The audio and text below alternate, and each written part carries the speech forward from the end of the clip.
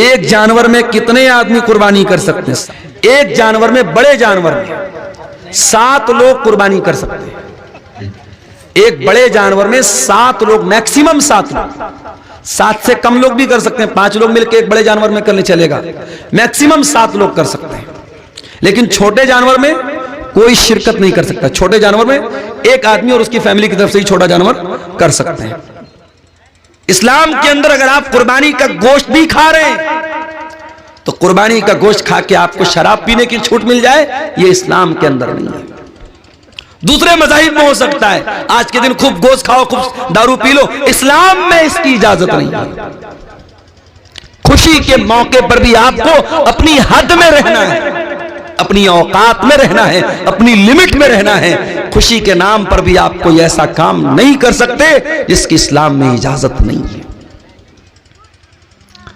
Medina में एक शादी थी, अल्लाह के प्यारे नबी भी शादी में गए हुए थे। छोटी छोटी बच्चियां अरबी जबान की नज़म पढ़ रही थी, गीत पढ़ रही थी और प्यारे नबी की तारीफ कर रही थी। अपनी उसी अरबी की नज़म में उन बच्चियों ने कहा, वफीना नबियुन यालमु मा फी गदी, हमारे बीच में एक ऐसा नबी है जो आने वाले कल की बात को जानता है, जो भविष्य की बातों को जानता है, जो फ्यूचर की बातों को जानता है। अल्लाह के प्यारे नबी के कानों में ये जुमले पड़ गए। आपने उन बच्चियों से कहा, ऐ बच्चियों, ये मत कहना, इसको दोबारा मत पढ़ना, इस लाइन को छोड़ दो, बाकी तुम पढ़ रही थी पढ़ती रहना। आपने खुशी के मौके पर भी उन बच्चियों को कोई ऐसी नात पढ़ने की, कोई ऐसी लाइन पढ़ने की परमिशन नहीं दी जो गलत हो, जो इस्लाम के अंदर जायज ना हो। इस्लाम तो वो मजहब है मेरे भाई। दुनिया के और मज़ाहिब में इंसान अगर मर गया, कहीं बैंड बाजा बजा करके उसकी अर्थी निकल रही है, कहीं सारे लोग कोई चीज पढ़ रहे हैं, या गम के नाम पर सब लोग रो रहे हैं, बड़ी बड़ी बातें कर रहे हैं। इस्लाम में गम के नाम पर भी आपको अपनी हद से निकलने की इजाजत नहीं दी गई। आपके जितने भी करीबी रिश्तेदार का इंतकाल हो जाए, बच्चे का इंतकाल हो जाए, माँ को इजाजत नहीं, बेटे का इंतकाल हो जाए, बाप को इजाजत नहीं, बीवी का इंतकाल हो जाए, शौहर को इजाजत नहीं कि वो अपने गरेबान को चाक करे, अपना कपड़ा फाड़े, अपने गाल पे थप्पड़ मारे। अल्लाह के प्यारे नबी फरमाते हैं, लैसा मिन्ना मन लतमल खुदूदा व शक्कल जुयूबा व दाब दावल जाहिलिया, वो इंसान हम में से नहीं है जो दौरे जाहिलियत की पुकार पुकारे, जो गम की हालत में अपने चेहरे पर, अपने रुखसार पर थप्पड़ मारे, जो अपने गरेबान को चाक करे। गम की हालत में भी इस्लाम में इसकी इजाजत नहीं है। हमारे नबी के ऊपर क्या गम नहीं है? हमारे नबी ने 3 बेटियों का जनाजा उठाया। 3 बेटियों का इंतकाल प्यारे नबी की जिंदगी में हुआ। 3 बच्चों का इंतकाल, कासिम का, अब्दुल्ला का, इब्राहिम का, 3 बच्चों का इंतकाल, 3 बेटों का इंतकाल नबी के सामने हुआ। नबी अपने बच्चों के मरने पर नबी की आंखों से आंसू भी आए, नबी रोए भी हैं, और नबी के आंसुओं का जिक्र हमें हदीस की किताबों में मिलता है। उठाइए बुखारी की रिवायत, अल्लाह के प्यारे नबी को बच्चा हुआ हजरत मारिया के पेट से। आपको भी शौक था, आपको भी अरमान था, अल्लाह मुझे बेटा दे दे। आपके 2 बेटे पहले पैदा होकर के बचपन में ही इंतकाल कर गए थे, तीसरा बेटा था। आपने बहुत खुश होकर के अपने बच्चे का नाम इब्राहिम रखा, अपने बाप इब्राहिम के नाम पर। आपने अरब के दस्तूर के मुताबिक बच्चे को देहात भेजा, ताकि देहात के माहौल में बच्चा दाई के पास दूध भी पिएगा और देहात की आबो हवा में पलेगा बढ़ेगा, उसकी सेहत भी अच्छी होगी, उसकी जुबान भी अच्छी होगी। आपने अपने बच्चे को देहात भेजा। आपका बेटा 1 साल या 1.5 साल का था। आपके पास खबर आई कि आपका बेटा बहुत बीमार है। आप अपने साहबा को लेकर के इब्राहिम को देखने के लिए पहुंचे। इब्राहिम को लाया गया। आपने इब्राहिम को अपनी गोद में लिया, अपने हाथ में लिया। बुखारी के अल्फाज है वह इब्राहिम यजूद बिनफ्सी, इब्राहिम अपनी आखिरी सांसें ले रहे थे, इब्राहिम का दम टूट रहा है, इब्राहिम की सांसें उखड़ रही हैं और अल्लाह के प्यारे नबी अपने बच्चे को दम तोड़ता हुआ देख रहे हैं। अल्लाह के प्यारे नबी की आंखों से आंसू बहने लगे, आप रोने लगे। साहबे किराम ने कहा अय अल्लाह के नबी हम ये क्या देख रहे हैं, आप रो रहे हैं, आपकी आंखों से आंसू बह रहे हैं। आपने फरमाया हाय मेरे सहाबा, हाज़िही रहमतुन जअलहा अल्लाहु फी कुलूबि इबादी, ऐ मेरे सहाबा ये आंसू तो एक बाप के आंसू हैं जो अपने बेटे के लिए रो रहा है। एक बाप अपने बच्चे के ऊपर आंसू बहा रहा है। ऐ मेरे सहाबा मेरा बच्चा दुनिया से जा रहा है, अपने बेटे को मरता हुआ देख करके एक बाप की आंखों से आंसू बह रहे हैं। उसके बाद आपने क्या फरमाया, जरा गौर करना मेरे भाइयों। आपने फरमाया इन्नल ऐना तदमा वल क़ल्ब यहज़ुन वला नक़ूलु इल्ला मा यरज़ा रब्बुना व इन्ना बिफ़िराक़िका या इब्राहीम लमहज़ूनून। ऐ मेरे बच्चे इब्राहिम, तेरे जाने से तेरे बाप की आंखों से आंसू बह रहे हैं, तेरे बाप का दिल गमगीन है। और है मेरे बच्चे तेरे जाने से तेरा बाप बहुत दुखी है, मगर तेरा बाप अपनी जबान से कोई ऐसी बात नहीं निकालेगा जिससे अल्लाह नाराज हो जाए। यह है इस्लाम। बेटे के इंतकाल पर भी मोहम्मद रसूलुल्लाह सल्लल्लाहु अलैहि वसल्लम ने अपनी जबान से कोई ऐसा जुमला नहीं निकाला जिससे अल्लाह नाराज हो जाए। और आगे बढ़िए, बुखारी की एक दूसरी हदीस देखिए। अल्लाह के रसूल के पास खबर आई कि आपके किसी नवासे या नवासी की तबीयत बहुत ज्यादा खराब है, आखिरी टाइम है, आपकी बेटी ने बुलवाया है कि अब्बा जान को बुला के लाओ, मेरा बेटा दुनिया से जा रहा है, मेरी बेटी बहुत बीमार है, दुनिया से जा रही है, जाओ मेरे अब्बा को बुला के लाओ।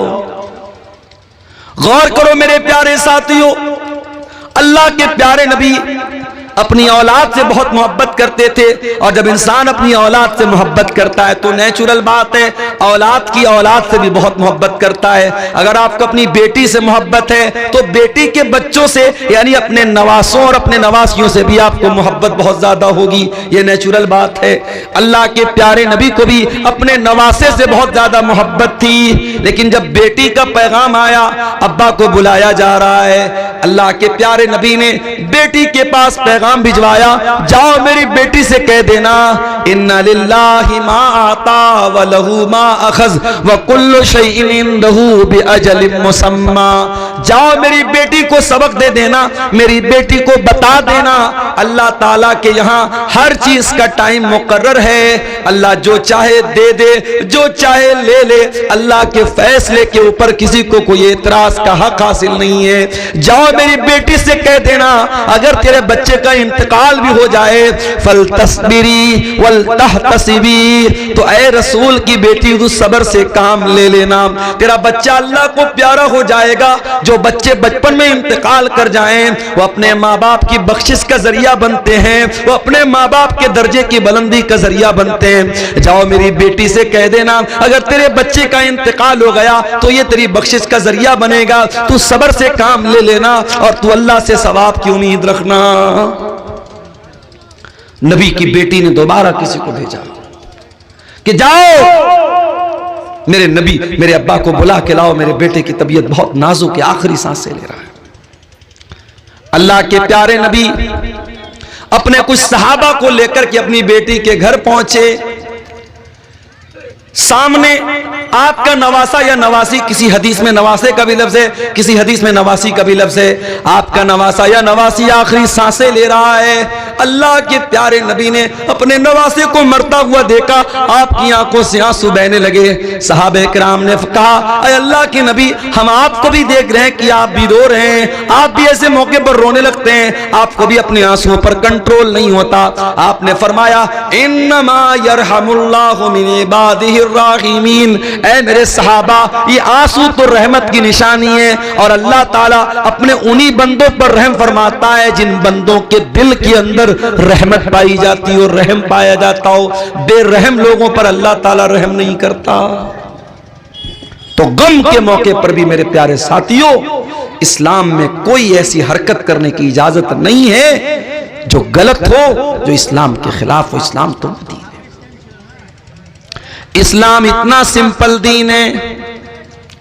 बच्चा पैदा हुआ, दुनिया के और मज़ाहिब में क्या होता है, बच्चा पैदा हुआ तो लोग क्या क्या करते हैं। इस्लाम कहता है बेटा पैदा हुआ तो 7वें दिन अकीका किया जाए। युज़बहुअन हो यौम साबिही, बच्चे की पैदाइश के 7वें दिन अकीका किया जाए। और मसला याद रख लो, अकीका सुन्नत यही है कि 7वें दिन किया जाए। हाँ, अगर बहुत मजबूरी है, बाप के पास पैसा नहीं है, जानवर लाने की ताकत नहीं है, या कोई बहुत बड़ा मसला है और 7वां दिन अगर क्रॉस हो गया तो फिर उसके बाद कभी भी कर सकते हो। फिर कोई जरूरी नहीं कि 14वें दिन किया जाए या 21वें दिन किया जाए। सुन्नत तो ये है, अफजल तो ये है कि 7वें दिन किया जाए। अगर 7वें दिन न हो सके तो फिर कभी भी कर सकते हैं। यह मसला याद है। बच्चा पैदा हुआ, शरीयत तो हुक्म है 7वें दिन अकीका किया जाए।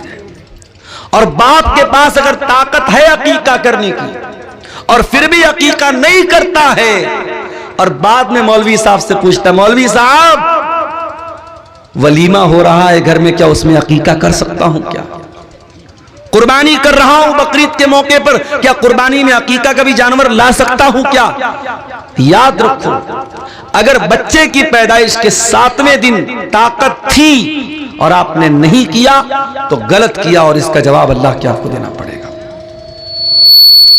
इसलिए कि अल्लाह के नबी फरमाते हैं, कुल्लु गुलामिन मरहूनुम बिअकीकतिही, हर बच्चा अपने अकीका की वजह से गिरवी रहता है।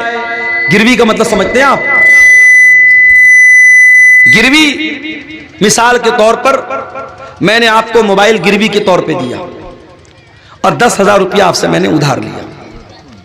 अब ये 10,000 रुपया जो मैंने उधार लिया है, जब तक मैं अदा नहीं करूंगा मुझे मेरा मोबाइल वापस नहीं मिलेगा। गिरवी का ये मतलब होता है। अल्लाह के नबी फरमाते, कुल्लु गुलामिन मरहूनुम बिअकीकतिही, बच्चा गिरवी रहता है अपने अकीका की वजह से।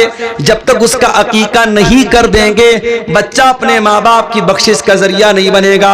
या ये कह लीजिए कि बच्चे की तरबियत का और बच्चे के बाप होने का जो हक है वो आपका हक अधूरा माना जाएगा। और अल्लाह के आपकी पकड़ होगी कि आपके पास ताकत थी, पैसा था, रुपया था, आपने बच्चे का अकीका क्यों नहीं किया? 7वें दिन अकीका किया। और क्या करना है?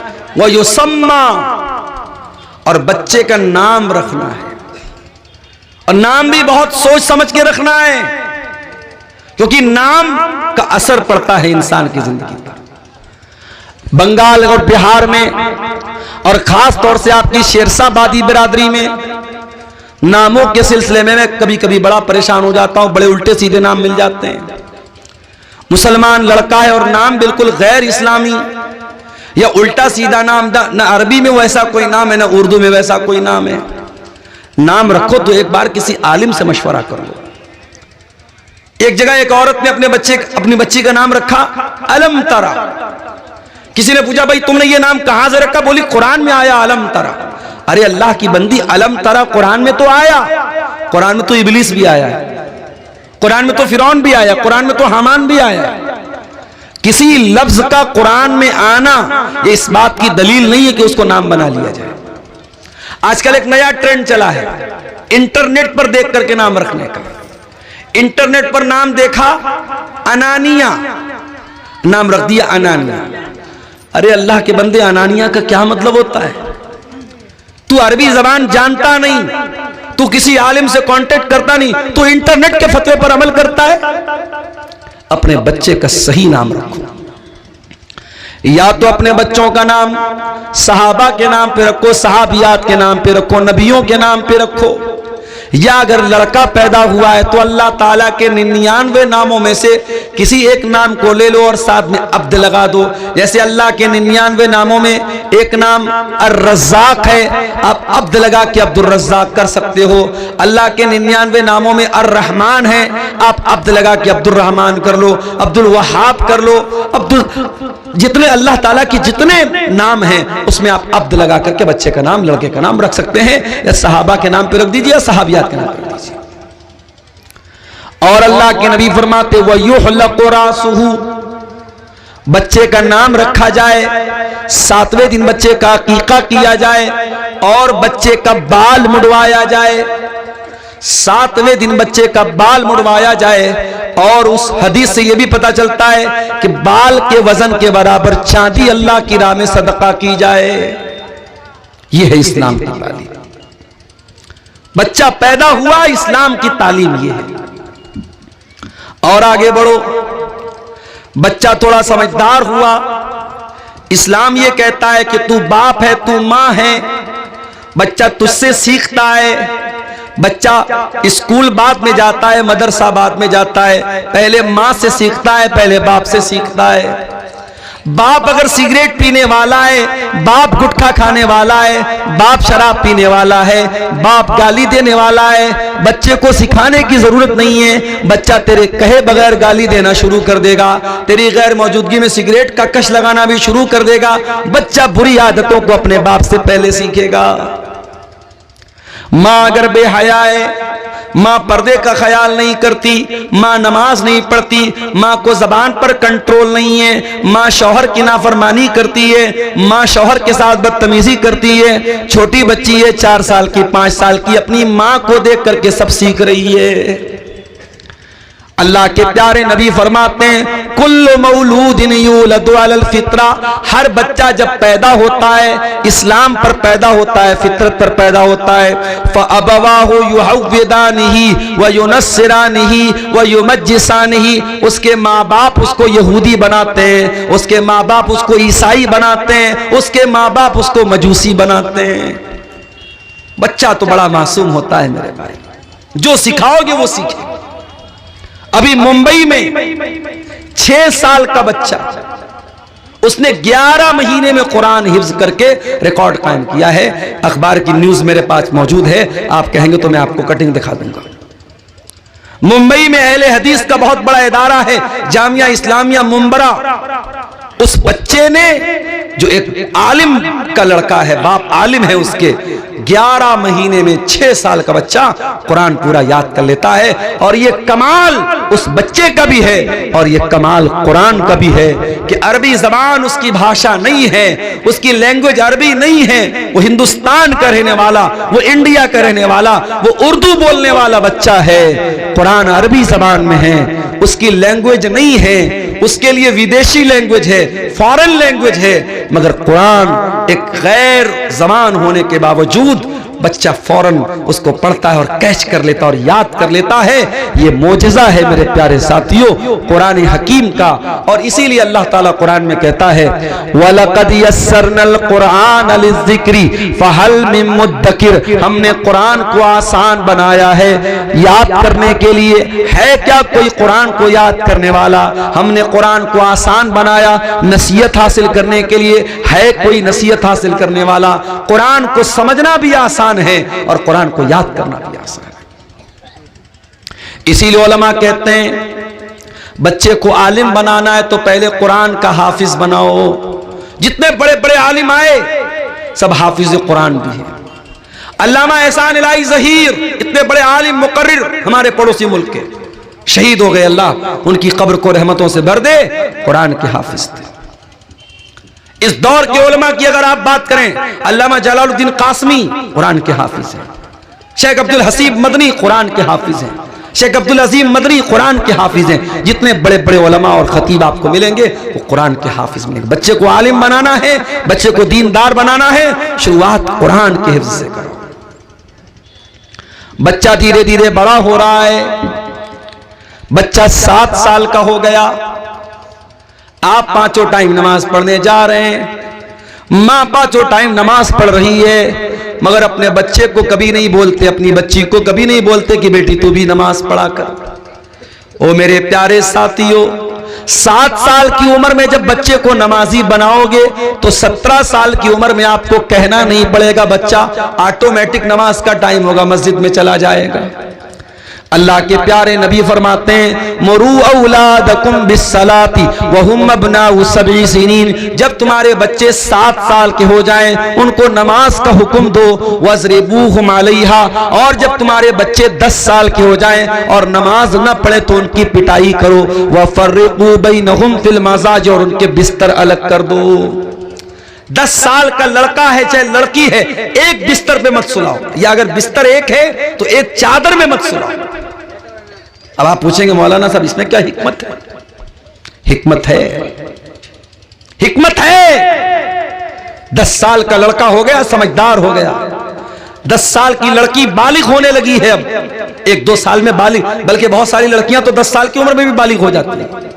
लड़का 10 साल का हो गया, लड़की 10 साल की हो गई। शरीयत हमारी मेरे भाइयों अल्लाह की बनाई हुई शरीयत है, और अल्लाह को पता है इंसान का ज़हन कहां से भटक सकता है, इंसान कहां से गलत रास्ता पकड़ सकता है। 10 साल की उम्र ये बच्चे के बचपन के अब आगे की उम्र है। अब बच्चा धीरे धीरे जवानी की तरफ बढ़ रहा है, लड़की जवानी की तरफ बढ़ रही है।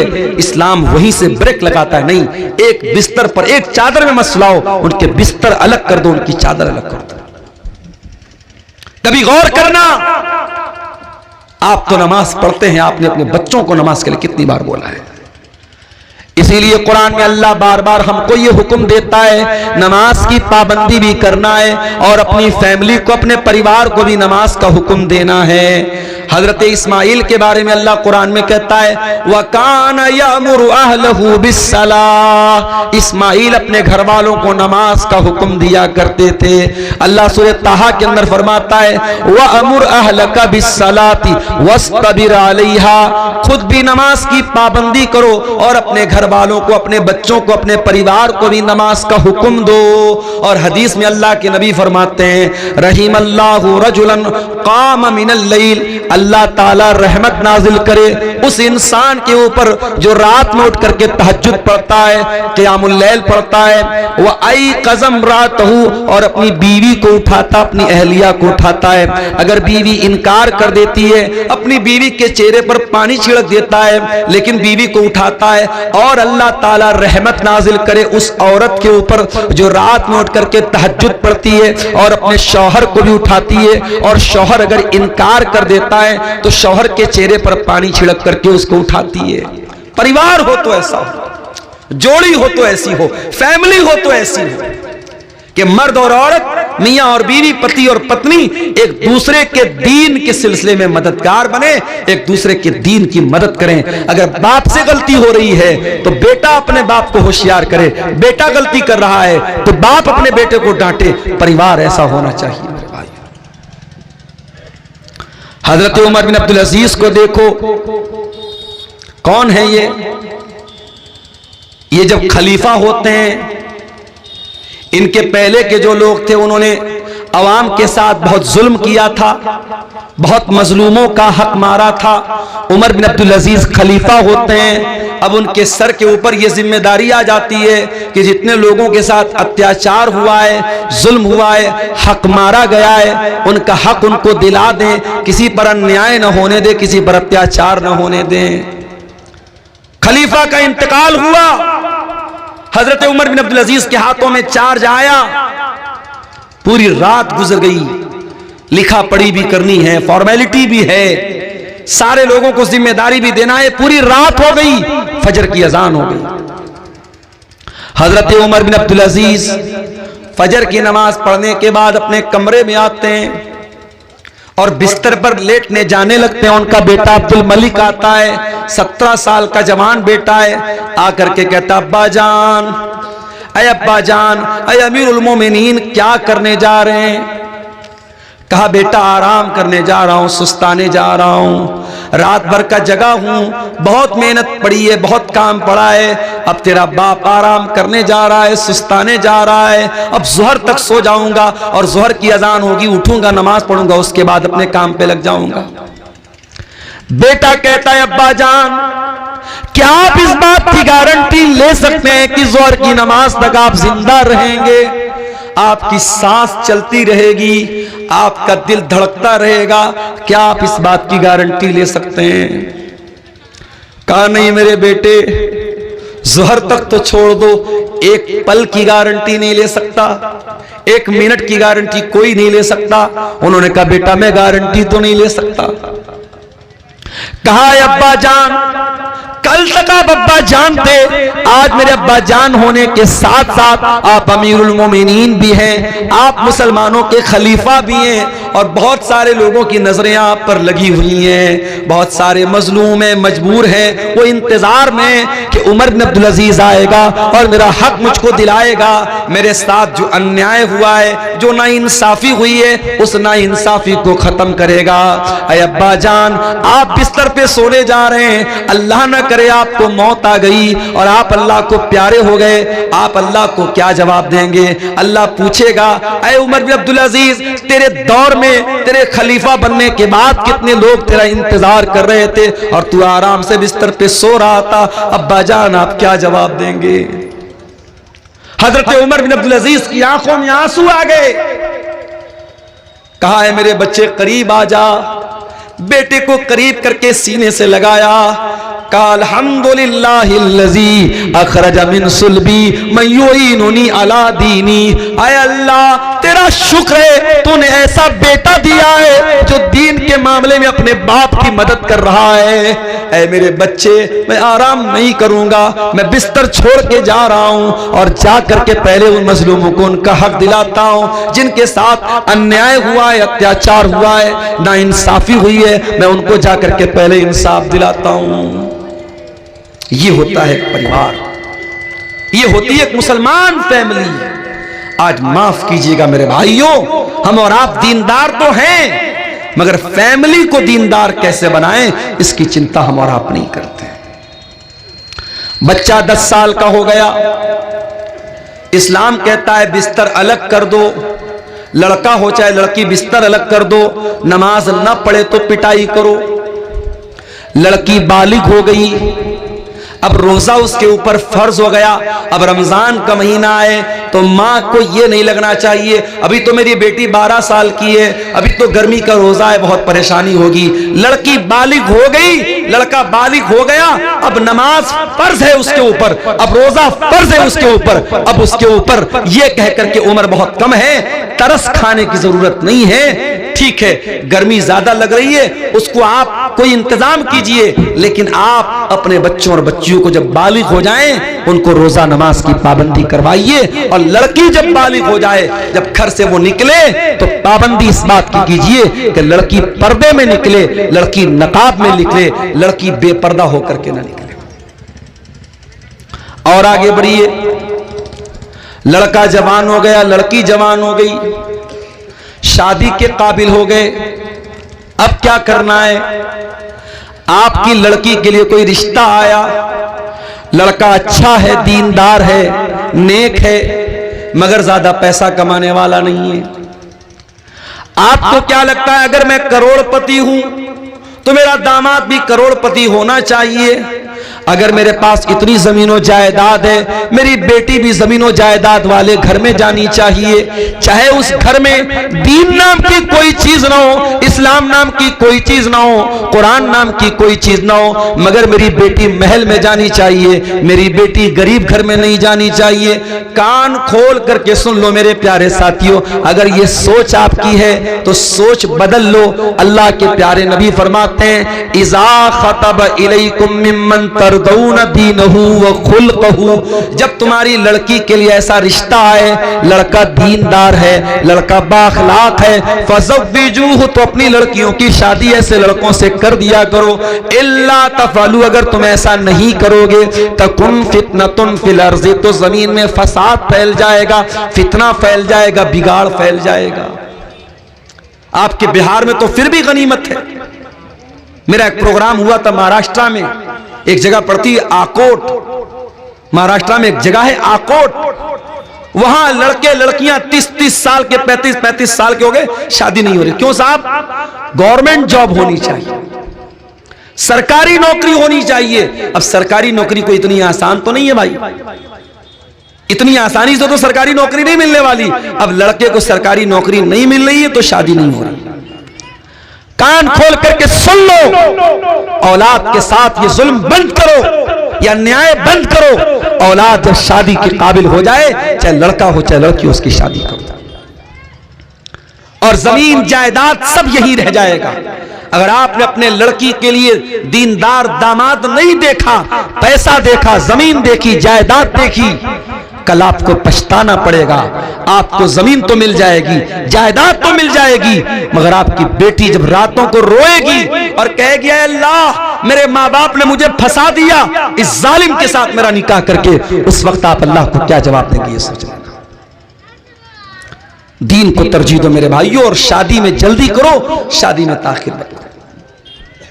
अगर आप लड़के की शादी कर रहे हैं, बहू लाना चाहते हैं, कैसी बहू लाएंगे? अल्लाह के प्यारे नबी फरमाते हैं तुनकहुल मरातुल अर्बईन, औरत की शादी होती है तो 4 चीजें औरत के अंदर देखी जाती हैं।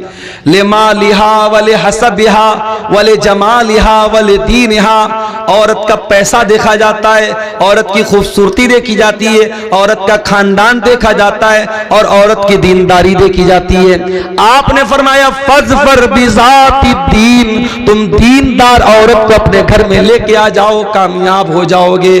तुम्हारे घर में दीनदार बहू आएगी, रोजा नमाज करने वाली बहू आएगी, पर्दा करने वाली बहू आएगी, दीन सीखने वाली सिखाने वाली बहू आएगी, आपके पूरे घर को दीनदार बना देगी। और आपने खूबसूरती देखी, रुपया पैसा देखा, खानदान देखा, और दीनदारी को नहीं देखा, तरीबती यदा का, तो आपके हाथ खाक में मिल जाएंगे, आप बर्बाद हो जाएंगे, मिट्टी में मिल जाएंगे। कामयाब होना है तो दीनदार औरत को मेरे भाइयों बहू बना करके।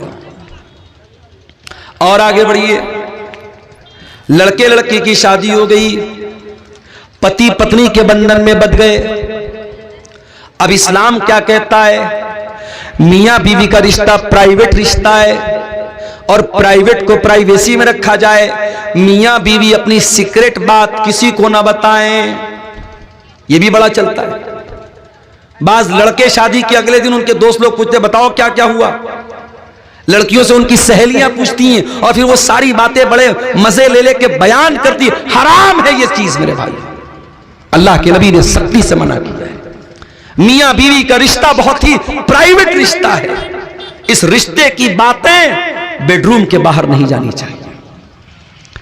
इसीलिए अल्लाह ताला कुरान में कहता है हुन्ना लिबासुल लकुम व अंतुम लिबासुल लहुन्ना, तुम अपनी बीवियों के लिए लिबास हो, तुम्हारी बीवियां तुम्हारे लिए लिबास हैं।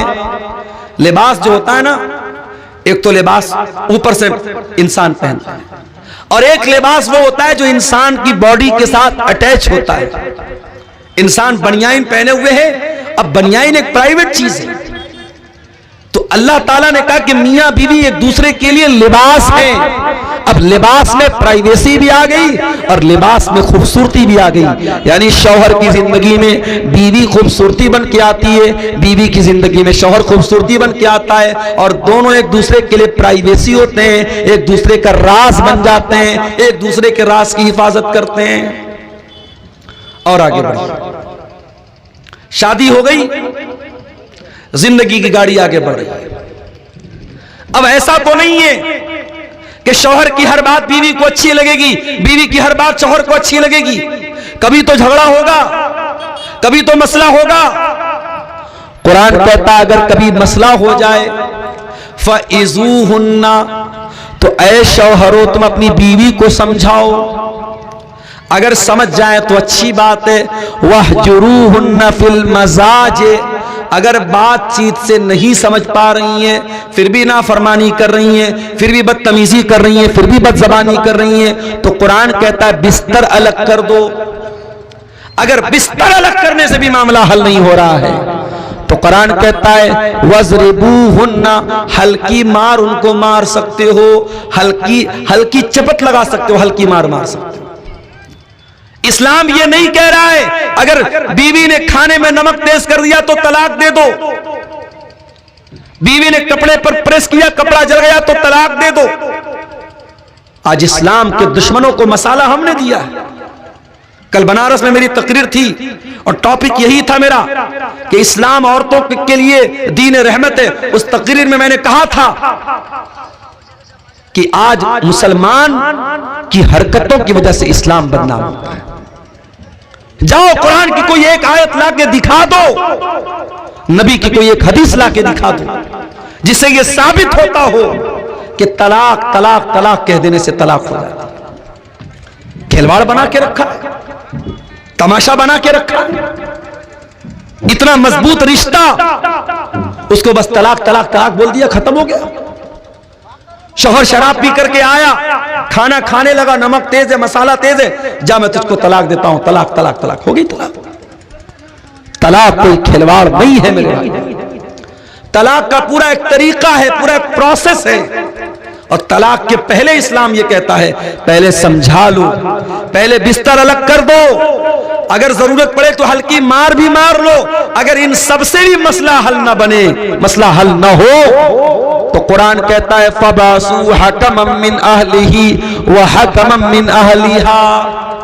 लड़के के घर वालों से किसी एक को पंच बना लो, लड़की के घर वालों में से किसी एक को पंच बना लो, और दोनों पंच मिलकर के गौर करें और रिश्ते को बचाने की कोशिश करें। जब ये सारे प्रयास, ये सारी कोशिशें जब विफल हो जाएं, नाकाम हो जाएं, तब इस्लाम कहता है अब तुम तलाक दे सकते हो।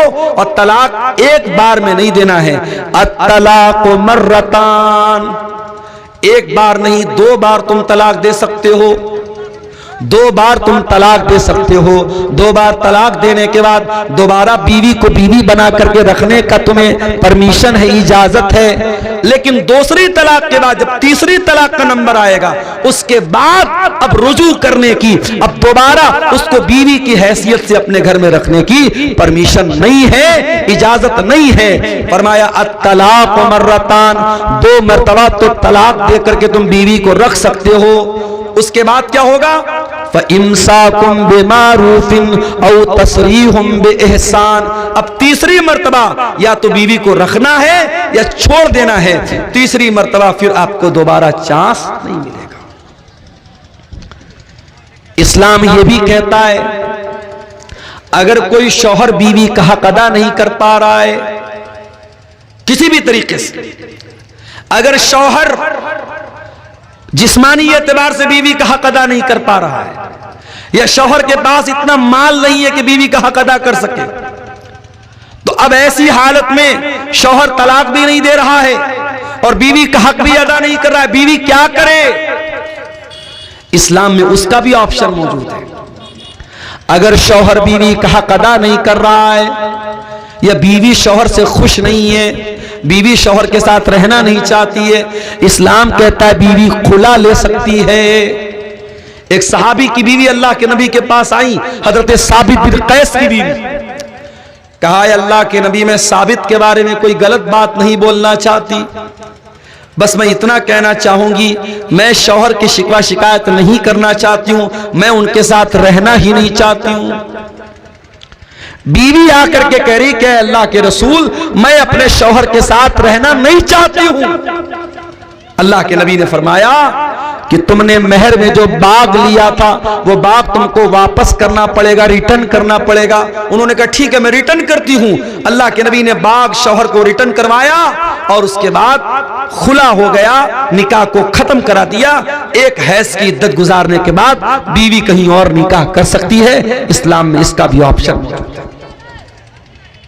इस्लाम में हर प्रॉब्लम का सॉल्यूशन मौजूद है मेरे भाई।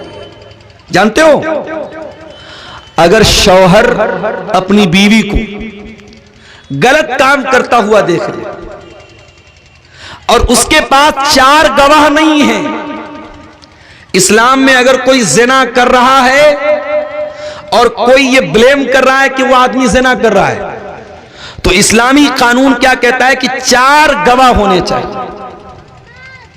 4 गवाह हो या कोई क्लियर प्रूफ हो कि हां ये जिना हुआ है, क्योंकि जिना बहुत बड़ा गुनाह है। किसी के कह देने से कि फला ने जिना कर लिया जिना साबित नहीं होता। जिना अगर किसी के ऊपर जिना का इल्जाम लगाया जा रहा है, इस्लाम कहता है 4 गवाह होने चाहिए। अब मान लो बीवी को शौहर ने देख लिया कि बीवी गलत काम कर रही है। अब जाहिर है शौहर 4 गवाह तो नहीं ला सकता हमेशा, जरूरी नहीं कि उस चीज को देखने के लिए 4 गवाह मौजूद हो। 4 गवाह नहीं है। अब एक इज्जतदार आदमी ये मंजर देखने के बाद अपनी बीवी के साथ रहना भी नहीं चाहता। अदालत में जाकर के अगर ये बोलता है कि मैंने अपनी बीवी को ज़िना करते हुए देखा है, इस्लामी अदालत पूछेगी तेरे पास 4 गवाह हैं?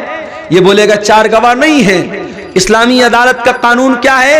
अगर किसी औरत पर आपने ज़िना का इल्जाम लगाया और आपके पास प्रूफ नहीं है, आपके पास 4 गवाह नहीं है, तो इल्जाम लगाने वाले को 80 कोड़े मारे जाएंगे। अब शौहर ने अपनी बीवी को देखा ये काम करते हुए, 4 गवाह नहीं है, अब करे तो क्या करे?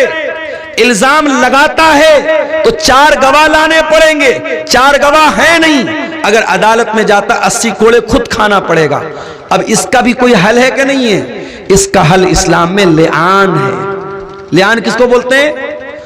शौहर अदालत में आएगा और कहेगा जज साहब मैंने बीवी को ज़िना करते हुए देखा है और अब मैं इसके साथ नहीं रहना चाहता हूं।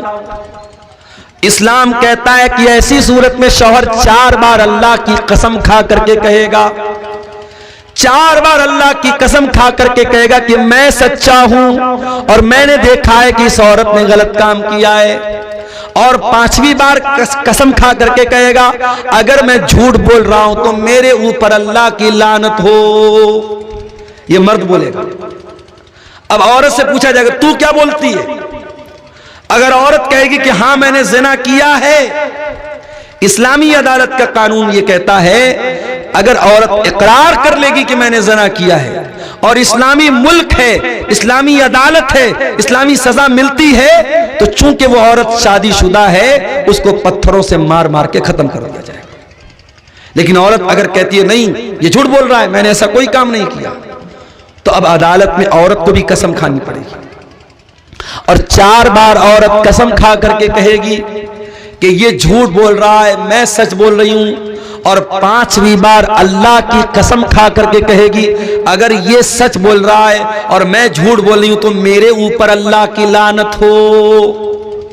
मर्द अलग कसम खाएगा, औरत अलग कसम खाएगी और उसके बाद दोनों के रिश्ते को डिसमिस कर दिया जाएगा, खत्म कर दिया जाएगा। इस प्रोसेस को शरीयत में लिआन बोलते हैं। शरीयत में इसका भी हल रखा गया। मेरे प्यारे साथियों, इतना प्यारा दीन अल्लाह ताला ने हमें और आपको दिया है। जिंदगी के किसी भी मोड़ पर इस्लाम ने हमें अधूरा नहीं रखा है, इस्लाम ने हमें अंधेरे में नहीं रखा है। इस्लाम के अंदर हर मुश्किल का हल मौजूद है। और आगे बढ़िए, इंतकाल हो गया किसी का, मर गया इंसान, मरने वाला जमीन छोड़ के गया, जायदाद छोड़ के गया, पैसा छोड़ के गया। अब सवाल पैदा हुआ कि उसके पैसे का क्या किया जाए, उसकी प्रॉपर्टी का क्या किया जाए, उसकी जमीन का क्या किया जाए, उसकी जायदाद का क्या किया जाए।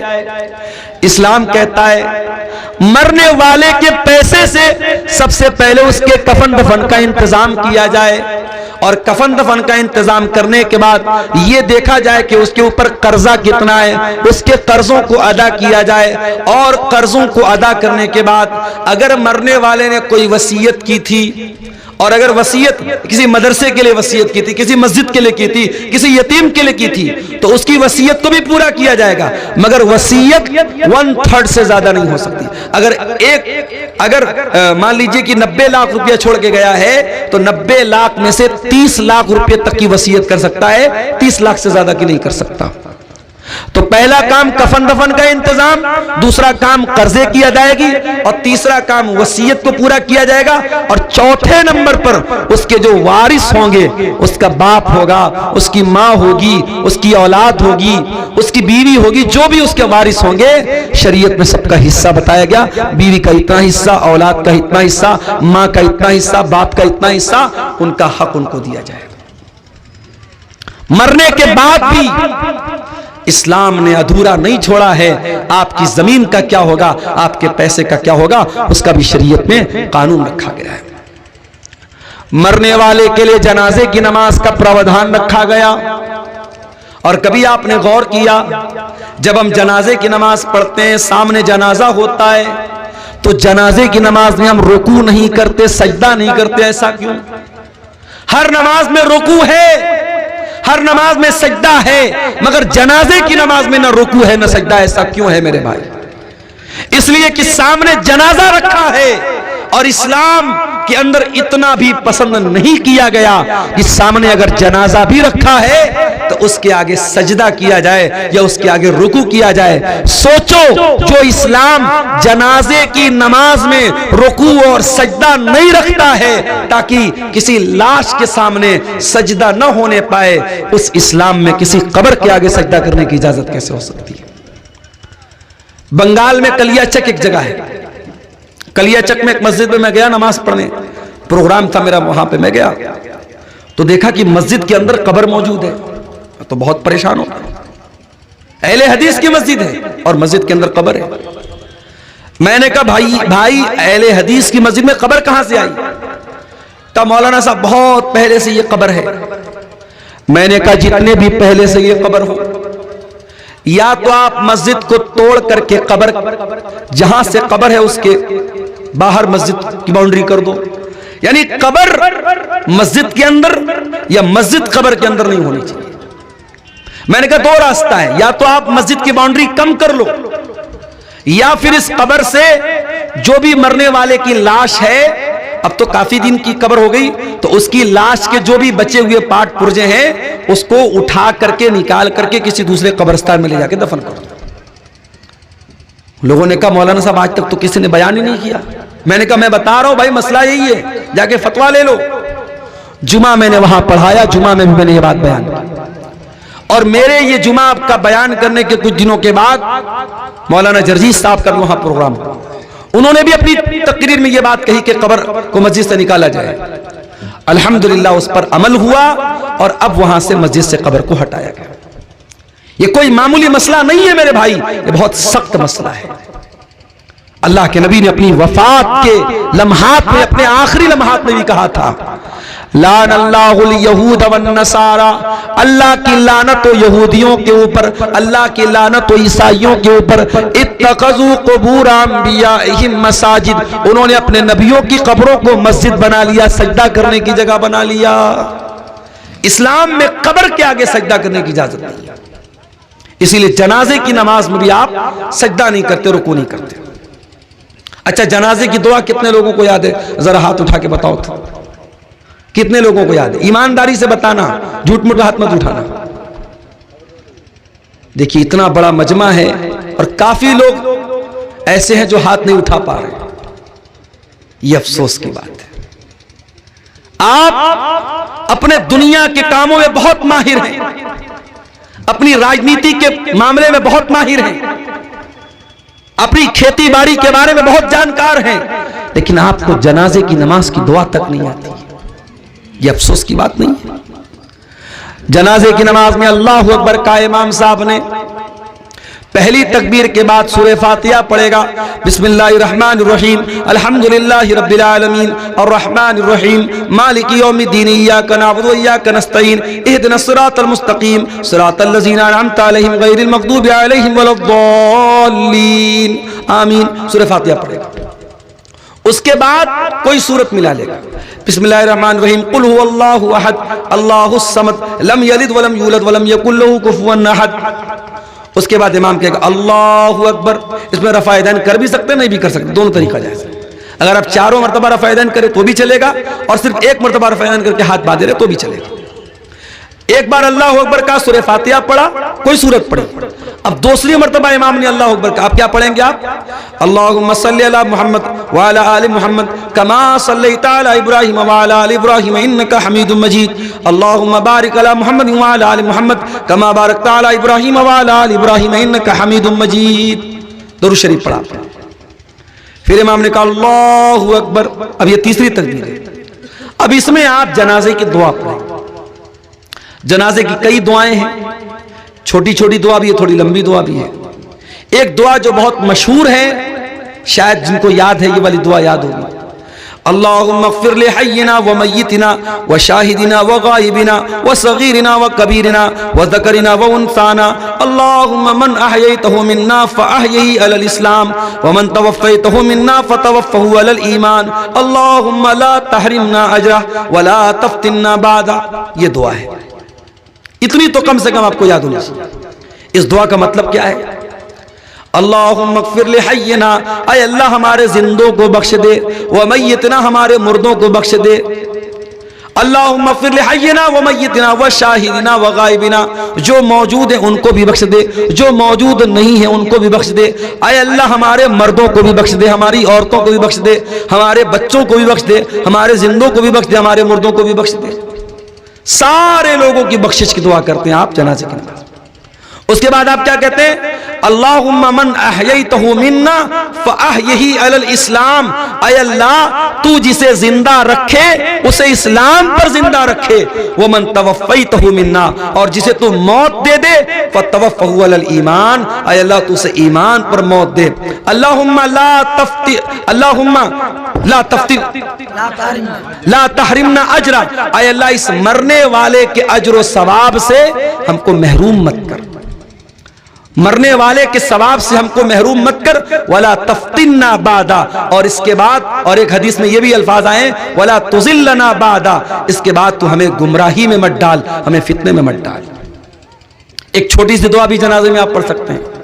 अल्लाहुम्मा ग़फ़िर लहू वरहमहू वआफ़िही वाफ़ अन्हु वअकरिम नुज़ुलहू ववस्सि मुदख़लहू। ऐ अल्लाह इस मरने वाले को बख्श दे, इसके ऊपर रहम फरमा, इसको दरगुजर कर दे, इसको आफियत में रख, इसको इसकी अच्छी मेहमान नवाजी फरमा और इसके गुनाहों को धो दे। ये दुआ भी आप पढ़ सकते हैं। तो जनाजे की तीसरी तकबीर के बाद आपको ये दुआ पढ़नी। उसके बाद चौथी तकबीर होगी, इमाम अस्सलामु अलैकुम व रहमतुल्लाह, अस्सलामु अलैकुम व रहमतुल्लाह, दोनों तरफ सलाम फेरेगा, आप सलाम फेर देंगे। ये जनाजे की नमाज का तरीका है। उसके बाद और आगे बढ़िए। अब आप जनाजा पढ़ चुके, अब मुर्दे को कब्रिस्तान लेके जा रहे हैं।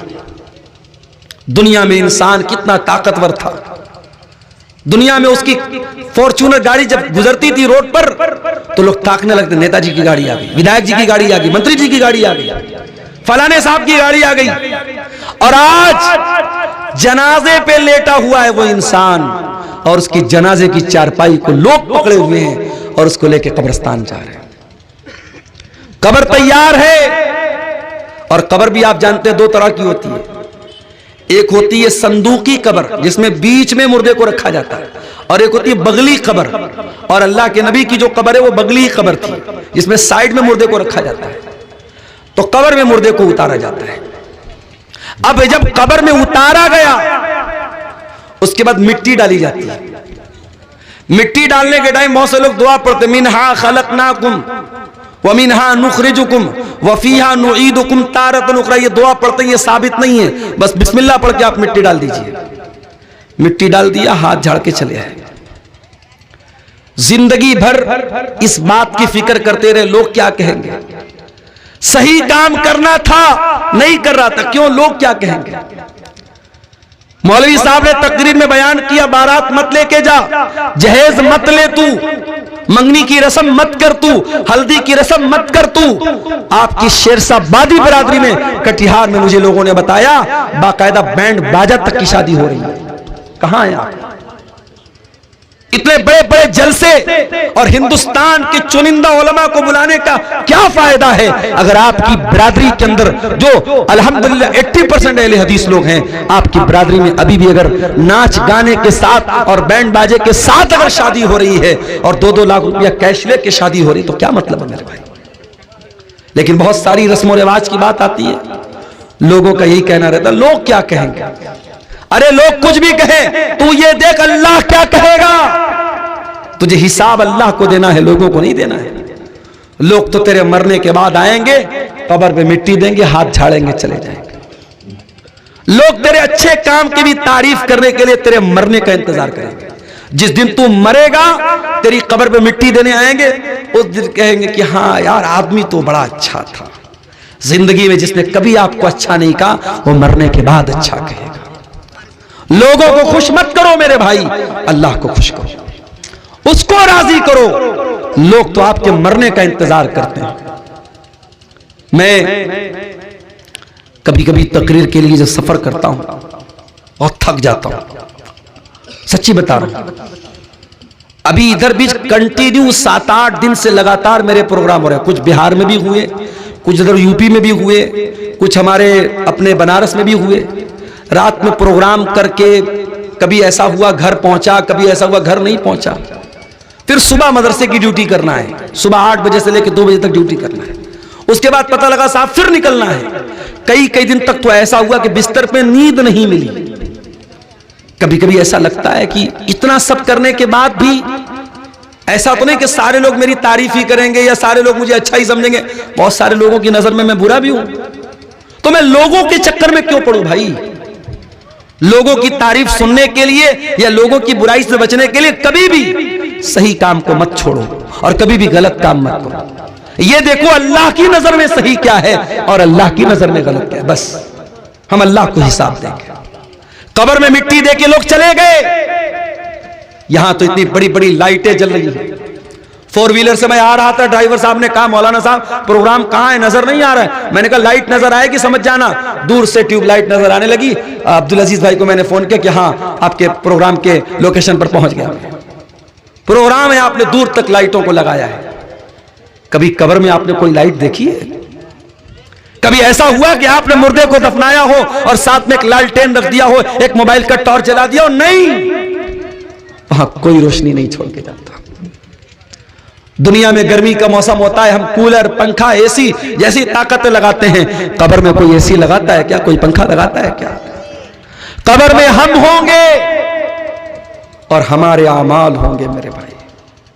और कब्र के अंधेरे में अगर हमारे आमाल खराब होंगे, हमारे काम गंदे होंगे, हमने अल्लाह को नाराज किया होगा, माफ करना उस अंधेरे से हम नहीं बच सकते। कब्र में जो जहरीले जानवर होंगे, जो जहन्नम की खिड़की खुलेगी, जो जहन्नम का बिस्तर बिछाया जाएगा, जो जहन्नम की गर्म हवाएं मिलेगी, उनसे अगर हमें बचना है और जन्नत की ठंडी हवाओं को पाना है तो हमें दुनिया वालों को खुश नहीं करना, अल्लाह को खुश करना है मेरे भाई, अल्लाह को खुश करना है। अबू दाऊद के अल्फाज हैं, एक अंसारी साहबी का जनाजा था, जनाजे को कब्र में उतारा जा रहा था। अल्लाह के प्यारे नबी वहीं जनाजे के पास बैठे हुए थे। आपके सहाबा भी आपके आसपास बैठे हुए थे। आपने कब्र को देखा, आपने जनाजे को देखा, आपने मंजर को याद किया जो कब्र में होने वाला है। जब कब्र में होने वाले मंजर को आपने याद किया, हदीस के अल्फाज हैं, फबकन नबी, अल्लाह के नबी रोने लगे।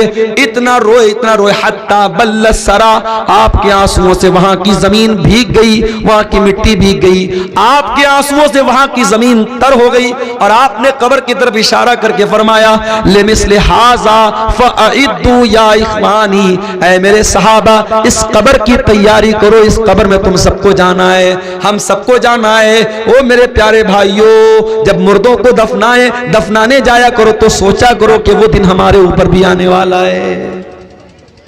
मरने के बाद अब कब्र में हम पहुंच गए।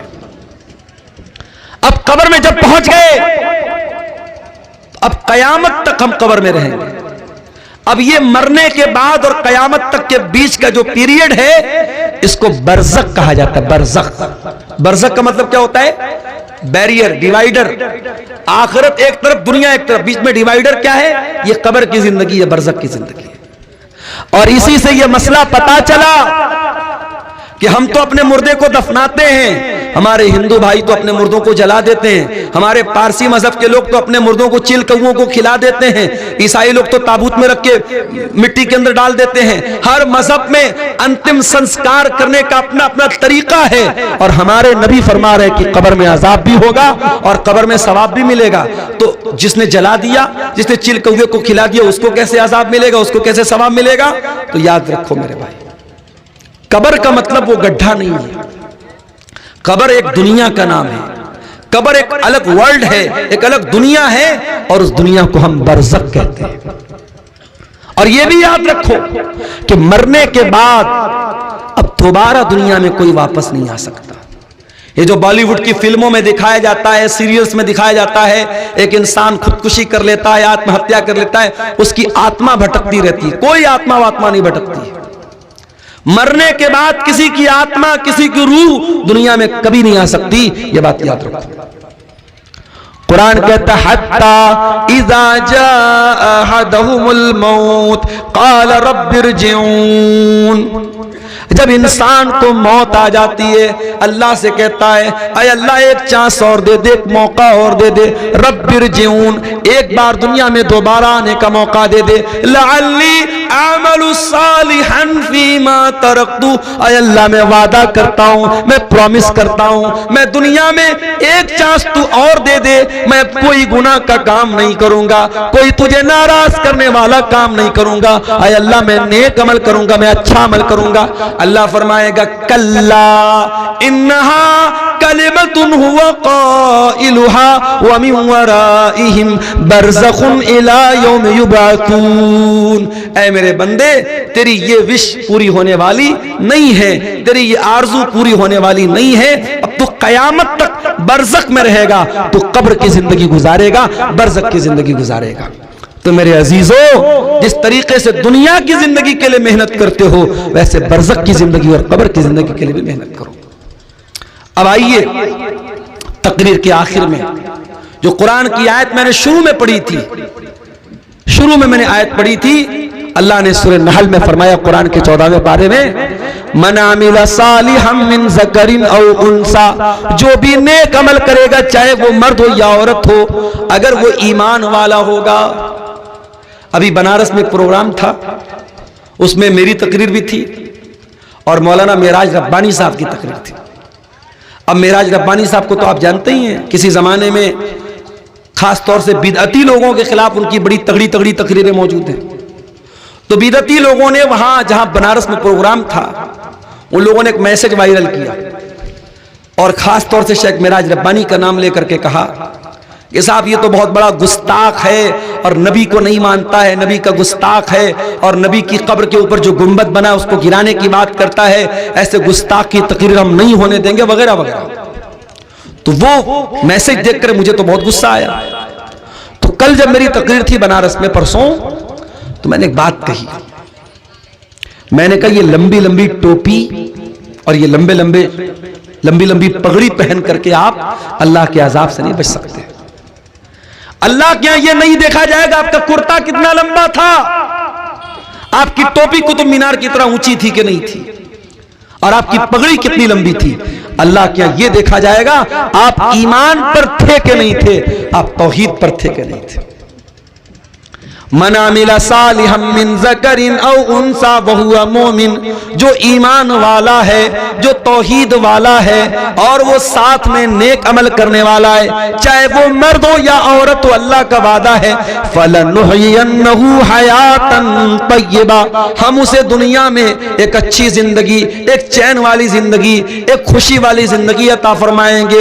वलनजज़ियन्नहुम अजरहुम बिअहसनि मा कानू यामलून, और आखिरत में उसके अमल का बेहतरीन बदला देंगे। दीन पर अमल कर मेरे भाई, दीन पर गारंटी है अल्लाह की, तेरी दुनिया भी चैन वाली हो जाएगी, तेरे बच्चे तेरे फरमाबरदार बन जाएंगे, तेरी बीवी तेरी बात मानेगी, तेरे माँ बाप तुझे दुआएं देंगे, तेरे घर में बरकत आएगी। लेकिन अगर तू दीन पर नहीं चलेगा, तू हराम काम करेगा, हराम कमाई को घर में लाएगा, हराम रोजी को घर में लाएगा, तेरे घर की बरकत खत्म, तेरी औलाद भी नाफरमान, तेरी बीवी भी नाफरमान, तेरे घर का सुख चैन सब खत्म हो जाएगा। तो दीन पर चलो मेरे प्यारे साथियों। ये कुछ सवालात की पर्चियां आई हैं। एक सवाल आया है कि एक ही वक्त में एक ही बैठक में 3 तलाक दे तो जायज है कि नहीं, और उसकी दलील क्या है? जायज तो नहीं है। जो उलमा कहते हैं कि इकट्ठे 3 तलाक कोई दे दे तो तीनों हो जाती, जैसे हमारे हनफी उलमा का ये फतवा है, उनसे भी आप पूछेंगे तो वो कहेंगे ये गलत है, गुनाह का काम है।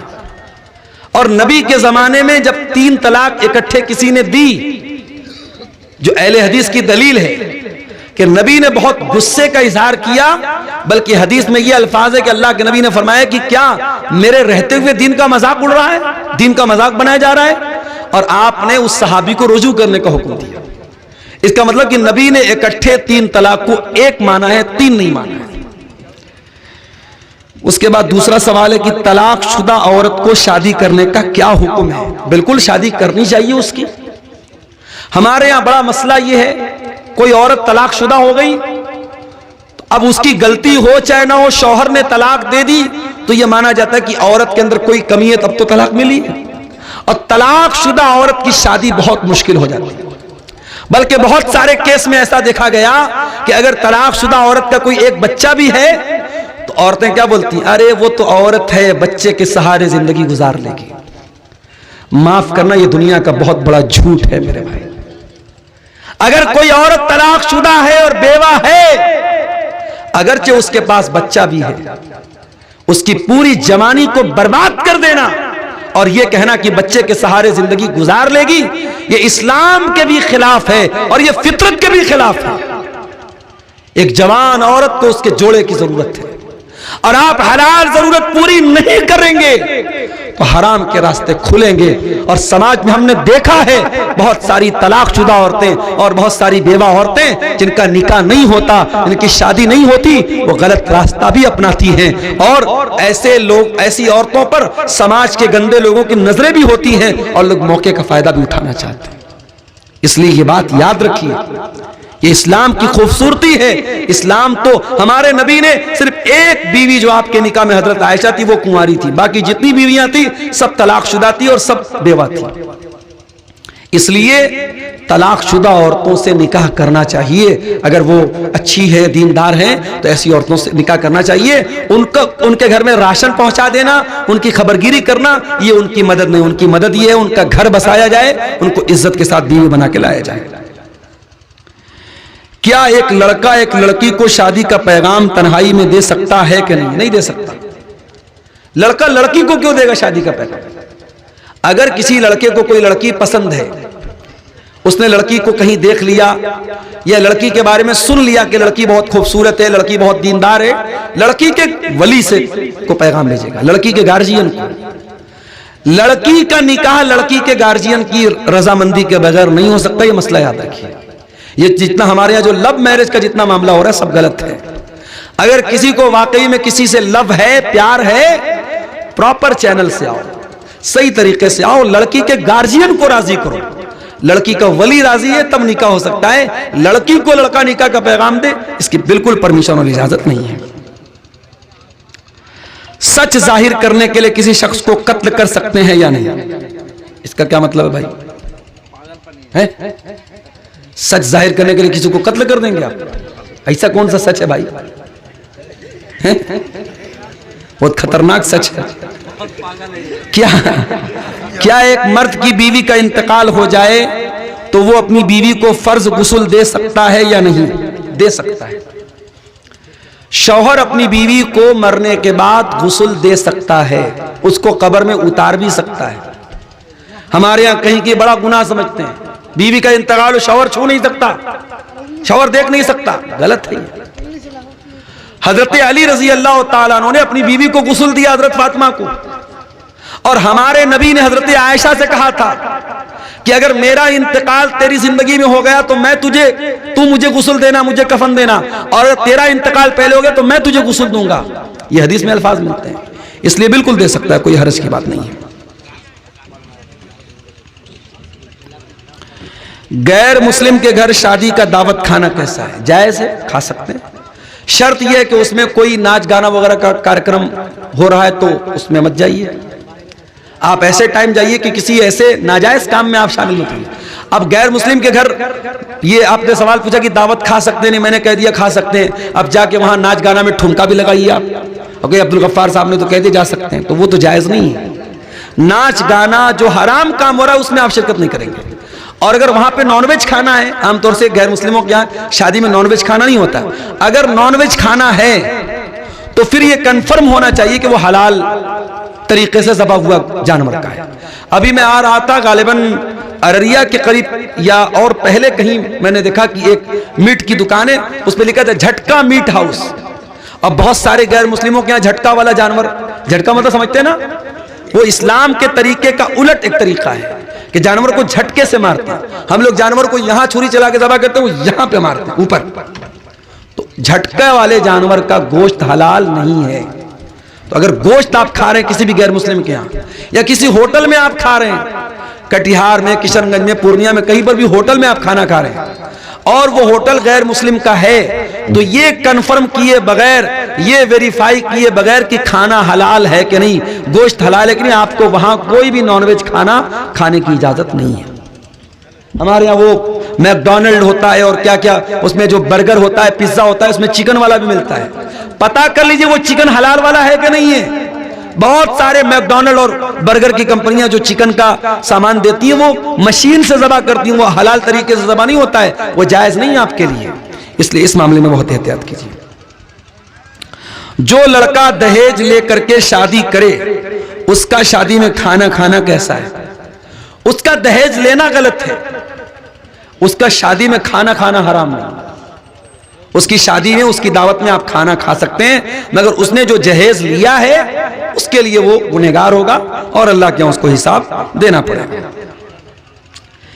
एक जानवर में कितने आदमी कुर्बानी कर सकते हैं? सारा सवाल अभी देखो, कुर्बानी कितना दिन बाद है, अभी से कुर्बानी, अभी रमजान वाला बाकी, ईद वाला बाकी है। एक जानवर में, बड़े जानवर में 7 लोग कुर्बानी कर सकते हैं। एक बड़े जानवर में 7 लोग, मैक्सिमम 7 लोग, 7 से कम लोग भी कर सकते हैं। 5 लोग मिलकर एक बड़े जानवर में करने चलेगा, मैक्सिमम 7 लोग कर सकते हैं। लेकिन छोटे जानवर में कोई शिरकत नहीं कर सकता। छोटे जानवर में एक आदमी और उसकी फैमिली की तरफ से ही छोटा जानवर कर सकते हैं। मजार पर सजदा करने वालों के पीछे नमाज पढ़ी जा सकती है या नहीं? अगर यह मालूम है कि इमाम मजार पे सजदा करने वाला है तब तो आप नमाज नहीं पढ़ेंगे, क्योंकि वो मुशरिक है वो। और अगर आप मार्केट में गए, किशनगंज गए, फॉरबिसगंज गए, अररिया गए, नमाज का टाइम है, सामने मस्जिद मिली, अब आपको मालूम नहीं कि इमाम मजार पे सजदा करता है कि नहीं करता है, आप नमाज पढ़ लीजिए, नमाज पढ़ लीजिए। आप जिस इमाम के बारे में कंफर्म मालूम है कि वो मजार पे सजदा करता है, उसके पीछे आप नमाज नहीं पढ़ेंगे। किसी औरत का शौहर इंतकाल कर जाए और उसके 1-2 बच्चे भी हों तो बच्चे किसके हवाले किए जाएं? यानी बच्चे की परवरिश कौन करेगा? और अगर वो औरत फिर से शादी कर ले इद्दत के बाद, तब क्या मसला है? देखिए, ये बड़ा अहम सवाल पूछा। अगर शौहर का इंतकाल हो गया तो बच्चे की जो परवरिश है वो औरत करेगी, ठीक है, मां करेगी। और अगर वो औरत किसी और से निकाह करती है तो भी चूंकि बाप का तो इंतकाल, अगर बाप जिंदा होता, तलाक हुई होती, तो औरत अगर दूसरा निकाह करेगी तो अब बच्चे की परवरिश फिर बाप के जिम्मे हो जाएगी। लेकिन अगर बाप का इंतकाल हो चुका यहां पे तो उसकी परवरिश मां ही करेगी। अगर औरत कहीं और निकाह कर रही है तो अब उसको इख्तियार और ऑप्शन है। अगर वो चाहे उसके मायके में उसकी माँ है, उसके बाप है, अगर वो बच्चे की परवरिश कर सकते हैं, उनको सौंप करके वो निकाह करे। और अगर उसको लगता है कि उसके मायके में कोई करने वाला नहीं तो वो कंडीशन लगा दे ना, जिससे दूसरी शादी करे, वो कंडीशन लगा दे कि आपको मैं अपने बच्चे को भी साथ में रखूंगी, उसकी भी परवरिश करूंगी। बच्चे को यूं ही छोड़ा तो नहीं जा सकता। अल्लाह के नबी सल्लल्लाहु अलैहि वसल्लम ने हजरत उम्मे सलमा को निकाह का पैगाम भेजा तो हजरत उम्मे सलमा ने कहा कि मेरी एक बच्ची भी है, मेरी बच्ची का क्या होगा? तो अल्लाह के नबी ने कहा तुम्हारी बच्ची को मैं अपनी बच्ची बना के पालूंगा, उसकी परवरिश मैं करूंगा। तब उन्होंने अल्लाह के रसूल सल्लल्लाहु अलैहि वसल्लम से निकाह किया। तो इस तरीके से अगर शौहर के इंतकाल के बाद औरत कहीं और निकाह करती है और बच्ची बहुत छोटी है, बच्चा बहुत छोटा है, तो वो जहां शादी करे वहां कंडीशन लगा दे कि मैं अपने बच्चे को लेकर के आऊंगी। और अगर बच्चा बड़ा हो गया है और नाना नानी के साथ रह सकता है तो बगैर बच्चे के भी दूसरे के साथ शादी कर सकती है, कोई हरज की बात नहीं है। शायद सवाल करने वाला ये पूछना चाह रहा है कि शौहर के इंतकाल के बाद क्या दादियाल के लोग यानी लड़के के घर वाले बच्चे को ले लेंगे, उनकी कस्टडी में जाएगी? तो ऐसा नहीं है। अगर बीवी शादी नहीं करती है, जब तक शादी नहीं करती है या जब तक बच्चा या बच्ची नाबालिग है, तब तक मां ही उसकी परवरिश की ज्यादा हकदार है। हाँ, अगर वो दूसरी जगह शादी कर लेती है तब दादियाल वाले बच्चे को ले सकते हैं। बाकी इस मसले की तफसील के लिए आप किसी इदारे से बाकायदा तौर पर फतवा निकलवा लें तो इसकी ज्यादा वजाहत आपको हो जाएगी। शौहर के मरने के बाद औरत अपने जिस्म से जेवरात निकालती है, क्या ये जरूरी है? देखिए, बीवी शौहर पर जो इद्दत गुजारेगी तो इद्दत जो होती है ना, उसमें बीवी को ये हुक्म है कि वो ज़ेबो ज़ीनत नहीं करेगी।